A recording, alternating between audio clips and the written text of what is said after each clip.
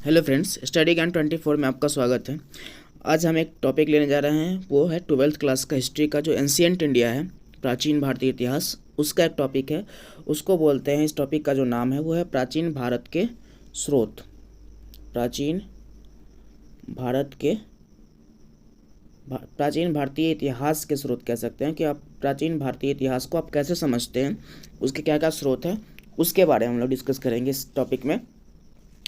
तो इस टॉपिक श्रृंखला में जितने भी क्वेश्चंस फॉर्मेट में है, ताकि आप आसानी से इसको नोट्स को लिख लें और आपको याद कर ले, तो आपको एग्जाम में सहायता कर जाएगी। इसमें से ज़्यादातर क्वेश्चंस आपके उसमें एग्जाम में पूछे जाते हैं और पूछे जाएंगे आगे भी, ठीक है।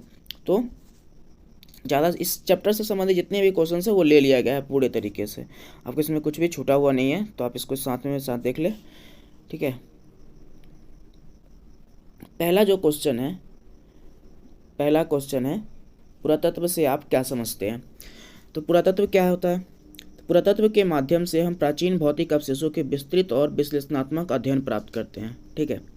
कहता है ना कि किसी भी चीज़ का, जब पुरातत्व क्या है, एक तरीका है जिसके आधार पे जो पहले की जो भौतिक अवशेष है, ठीक है, जो कहीं दब गया है, ठीक है, उसके हम क्या करते हैं, अध्ययन प्राप्त करते हैं। किसके माध्यम से? पुरातत्व के माध्यम से। आर्कियोलॉजी कहते हैं इसको इंग्लिश में। आर्कियोलॉजी के माध्यम से हम पुराने दबी हुई या चीज़ों का भौतिक अवशेष है, उसका हम लोग क्या करते हैं, अध्ययन प्राप्त करते हैं, ठीक है। नेक्स्ट है आपका है, ये आपके पुरातत्व से आप क्या समझते हो, तो उसको छोटा सा पॉइंट, ये शॉर्ट आंसर टाइप क्वेश्चंस का पार्ट है बेसिकली, और इसमें आते हैं आपके।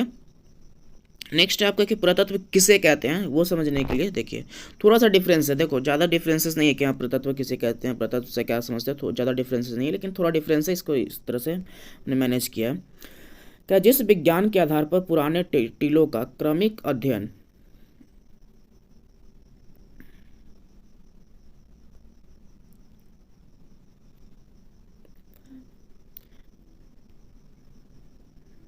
जिस विज्ञान के आधार पर पुराने टीलों का क्रमिक स्तरों में विधिवत उत्खनन किया जाता है और प्राचीन काल के भौतिक जीवन के बारे में जानकारी प्राप्त किया जाता है, उसे पुरातत्व कहते हैं। ये क्या बात कर रहा है कि विज्ञान के आधार पर, विज्ञान का मतलब क्या है कि यहाँ पे वो साइंस नहीं, न्यूटन का लॉ नहीं पढ़ना है, मतलब किसी भी तरीका व्यवस्थित तरीके से जो काम किया जाता है उसके आधार पर यदि किसी टीले का खनन किया जाता है तो उसे क्या कहते हैं, हम लोग पुरातत्व कहते हैं। कह रहा भारतीय पुरातत्व शास्त्र का पिता जो है सर अलेक्जेंडर कनिंघम को कहा जाता है, और इन्होंने 1861 ईस्वी में भारतीय पुरातत्व विभाग की स्थापना की, ठीक है। आप ना इसका ऑब्जेक्टिव टाइप में भी बना सकते हो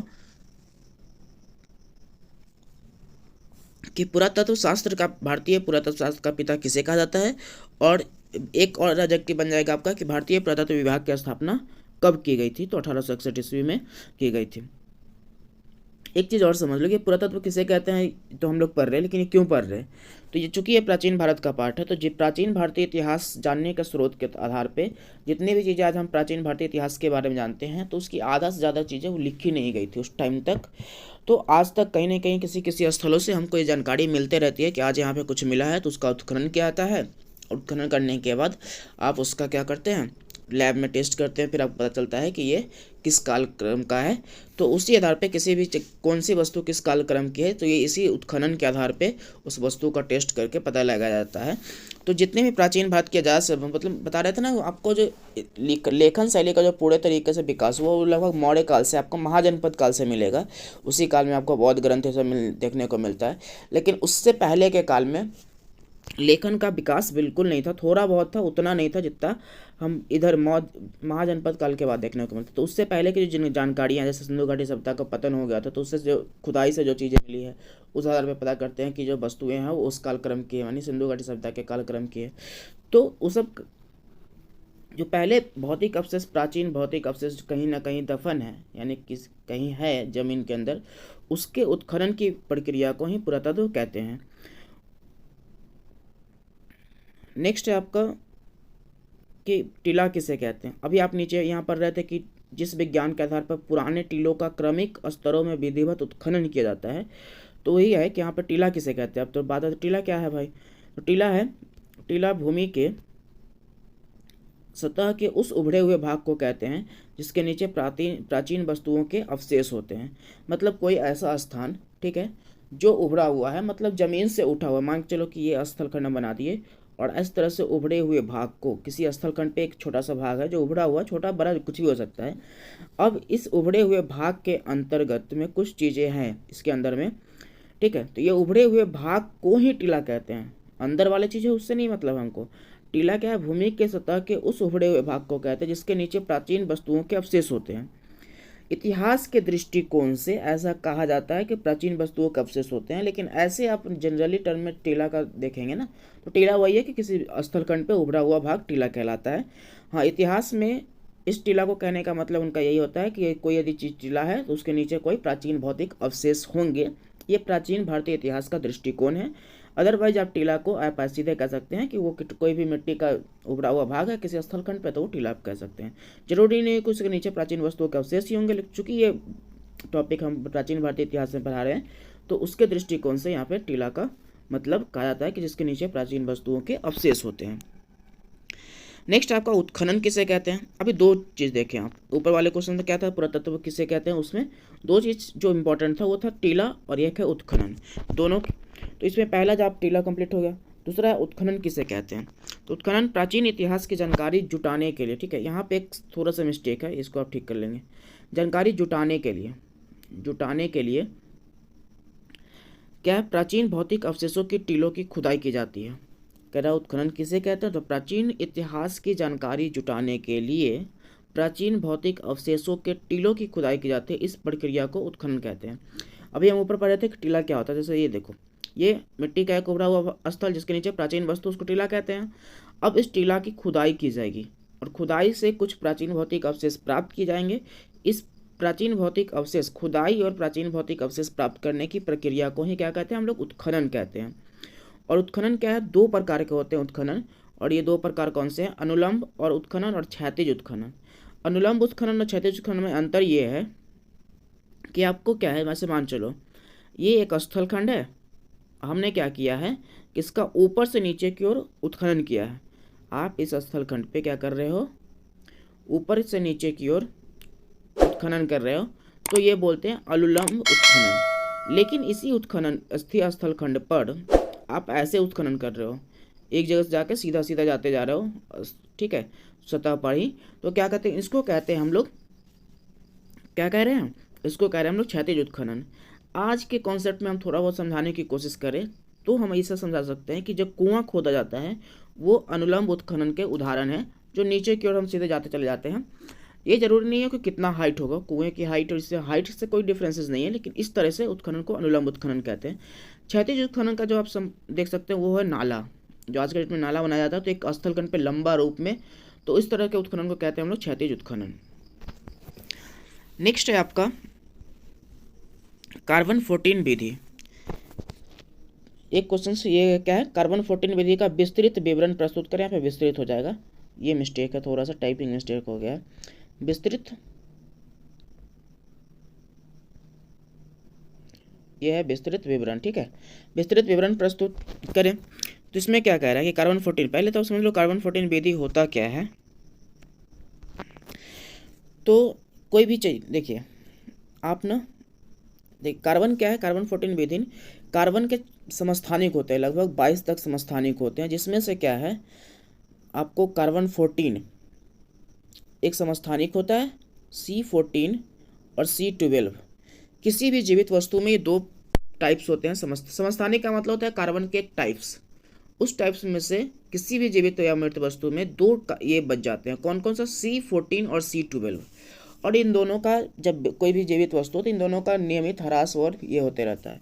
लेकिन जब कोई वस्तु मृत हो जाता है, निष्प्राण हो जाता है, तो उसमें से C12 जितना भी रहेगा वो इस कांस्टेंट रहता है। मतलब कोई वस्तु जिस टाइम पे मर गया तो उसमें C12 कांस्टेंट रहता है, ये घटता बढ़ता नहीं है। लेकिन उसी दौरान से C14 क्या होता है, ह्रास होते जाता है उसका, मतलब वो घटते चला जाएगा। मान के चलो कि एक A नाम का वस्तु है जो आज 100 ग्राम C14 के साथ था और वो मरा हुआ है, तो ये धीरे धीरे कमते चला जाएगा, 10 ग्राम कम जाएगा, 20 ग्राम कम जाएगा।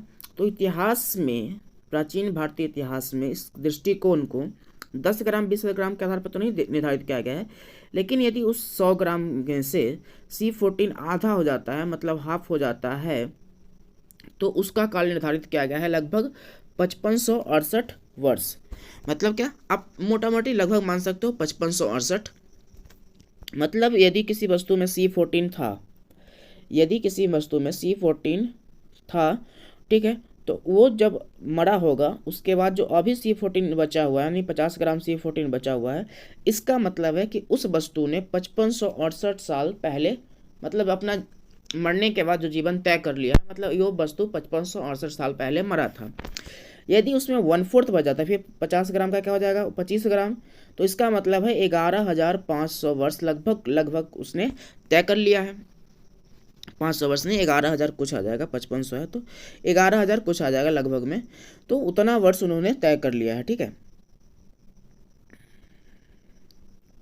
11,000 वर्ष उसने तय कर लिया है। तो उस वस्तु का जो मृत्यु हुआ था वो 11,000 वर्ष पहले हुआ था, यदि उसमें 25 ग्राम ये बच जाता है, कार्बन 14 बच जाता है। तो वही पूरी विधि है जिसको आप क्वेश्चन के फॉर्मेट में याद कर लेंगे लिख के। कह रहा है कार्बन 14 जंतुओं एवं पौधों के प्राप्त अवशेषों की आयु निर्धारण करने की वैज्ञानिक विधि है, जिसके द्वारा अवशेषों के आयु का पता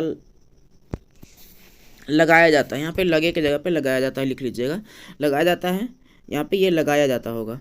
इसके तहत कार्बन 14 समस्थानिक का उपयोग किया जाता है।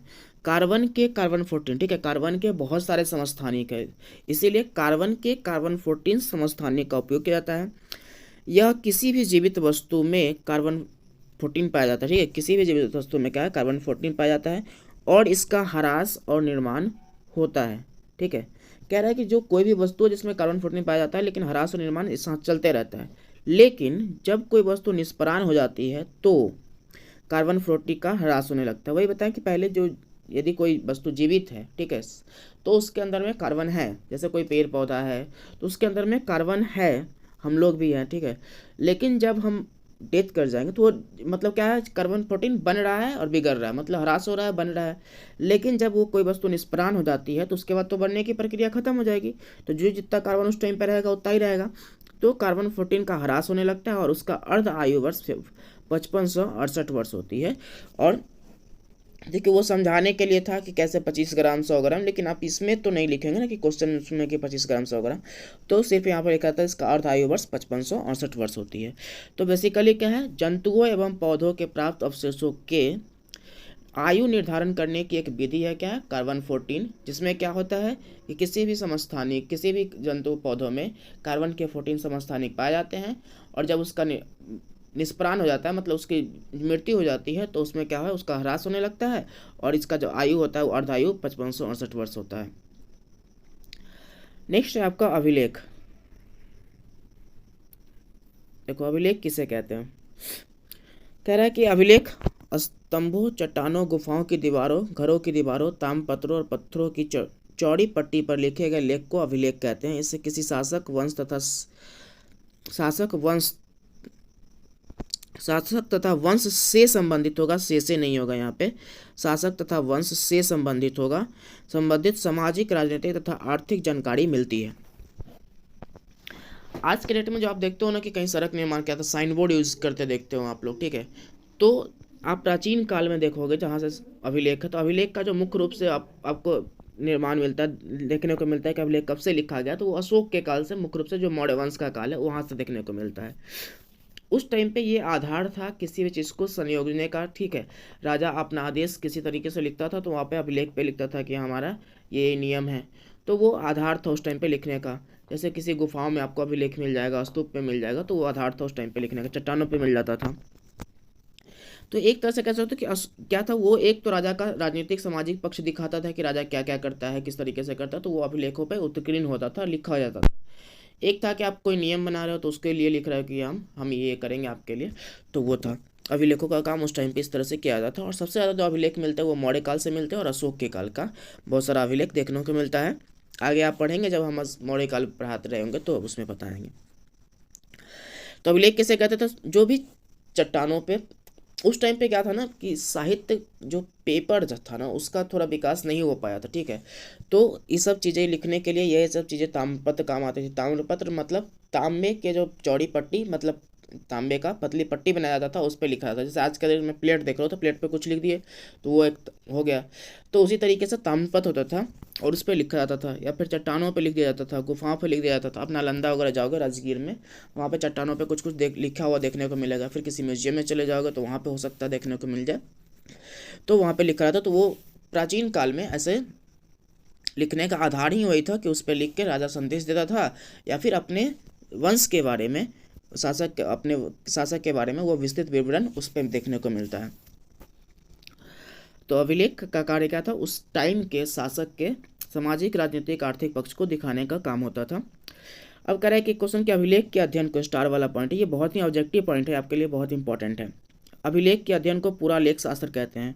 अब एक क्वेश्चन बन सकता है कि क्या है अभिलेख के अध्ययन को क्या कहते हैं, तो वो है आपका, उसका आंसर है क्या है? पूरा लेख शास्त्र कहते हैं। अभिलेख के अध्ययन को पूरा लेख शास्त्र कहते हैं। तो ये इस चैप्टर का ऑब्जेक्टिव क्वेश्चंस के फॉर्मेट में यूज़ किया गया, लेकिन स्टार बना के लिख दिया गया, क्वेश्चंस नहीं बनाया गया। ठीक है, तो आप इस लोग इसको क्वेश्चन के फॉर्मेट में याद कर लीजिएगा। नेक्स्ट आपका क्या? अभिलेख तथा पुराने दस्तावेजों के प्राचीन तिथि के अध्ययन को पुरालिपि शास्त्र कहते हैं। कह रहा है एक तो है कि अभिलेख के अध्ययन को पुरालेख शास्त्र कहते हैं, उसी में अभिलेख तथा पुराने दस्तावेजों के प्राचीन तिथि के अध्ययन को पुरालिपि शास्त्र कहते हैं। मतलब ये दोनों का अध्ययन एक साथ किया जाता है, उसको क्या कहते हैं? पुरालिपि शास्त्र कहते हैं। नेक्स्ट देख लेते हैं हम लोग, सिक्कों के अध्ययन को मुद्रा शास्त्र कहा जाता है। सिक्कों के अध्ययन को क्या कहा जाता है? मुद्रा शास्त्र कहा जाता है। नेक्स्ट आपका जो क्वेश्चन है वो है, इतिहास लेखन में अभिलेखों का क्या महत्व है? इतिहास लेखन में अभिलेखों का क्या महत्व है? तो पहले तो आप समझ गए कि अभिलेख किसे कहते हैं ऊपर वाले क्वेश्चंस में। ये यहाँ है क्या कि पाषाण स्तंभ, पाषाण स्तंभों का मतलब पत्थर के स्तंभों पे अभिलेख लिखने का। देखो पत्थर के स्तंभ, एक तो गोला हो जाएगा या फिर स्तंभ के रूप में, आज जिसको आप पिलर कहते हो, जिसको आप मतलब घरों में पिलर का यूज़ किया जाता है, तो उस तरीके से पट्टी ही बनाई जाती थी। आपने कहीं कहीं देखा होगा गाँव में कि माननीय मुख्यमंत्री, ये क्या बोलते हैं, प्रधानमंत्री ग्राम सड़क योजना, या फिर मुख्यमंत्री, फिर उसके नीचे में कर कमलों से, मुखिया के कर कमलों से, ऐसा कुछ लिखा रहता है। तो वो भी एक स्तंभ का ही, स्तंभ लेख का ही उदाहरण है। दीवारों, ताम्रपत्रों, उल्लेखित लेखों को अभिलेख कहते हैं। तो पाषाण स्तंभों, दीवारों, ताम्रपत्रों, उल्लेखित, यहाँ पे पर हो जाएगा, पर उल्लेखित लेखों को अभिलेख कहते हैं। इससे किसी शासक या वंश के सामाजिक, राजनीतिक तथा आर्थिक जानकारी मिलती है, जिससे उस वंश से संबंधित इतिहास लेखन में, यहाँ पे ये जो दंत स हो जाएगा, ठीक है, इतिहास लेखन में सहायता तथा उससे संबंधित तथ्यों की सटीकता बढ़ जाती है। कह रहा है कि आप अभिलेखों का यूज़ क्यों करते हो? तो अभिलेखों का यूज़, पहले तो अभिलेख कहाँ लिखते हैं तो पता चल गया। अब पहले ही बता चुके अभिलेख का क्यों लिखा जाता था। राजा क्या करता था? कोई संदेश देता था या अपने बारे में कोई जानकारी लिखता था, ठीक है, तो उसको अभिलेख कहा जाता था। वो अभिलेख का उपयोग क्या है? जब ये सब चीज़ें आपको मिलेगी तो इतिहास को लिखने में आपको आसानी हो जाएगी, सटीकता रहेगी कि ये चीज़ें उस टाइम पे लिखी गई थी जो सही है। अब कोई बोल के बता रहा है तो उसकी सटीकता बहुत कम हो जाती है, लेकिन जब कोई चीज़ लिखा हुआ प्रमाण है, चाहे वो किसी भी रूप में हो, तो वो क्या हो जाता है? एक सटीक प्रमाण हो जाता है। तो अब आज के इतिहास लिखने में उसकी तथ्य की सटीकता क्या हो जाती है? बढ़ जाती है।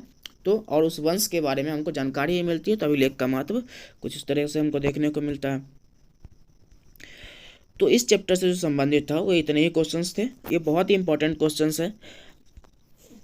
एक होता है उसमें क्या है, आपको मिल जाएगा वो दीर्घ उत्तरीय प्रश्न। तो दीर्घ उत्तरीय प्रश्न में एक है कि प्राचीन भारतीय इतिहास के लिखने के स्रोत क्या है, तो विभिन्न है। तो बहुत लंबा टॉपिक है, तो उसको हम फिर से नेक्स्ट टॉपिक में एक देख लेंगे। इसके बाद जो टॉपिक स्टार्ट होगा वो सिंधु घाटी सभ्यता का स्टार्ट होगा। तो आप जुड़े रहिएगा साथ में, हम फिर से एक नए टॉपिक के साथ आपसे मिलेंगे। थैंक यू देखने के लिए, बाय बाय।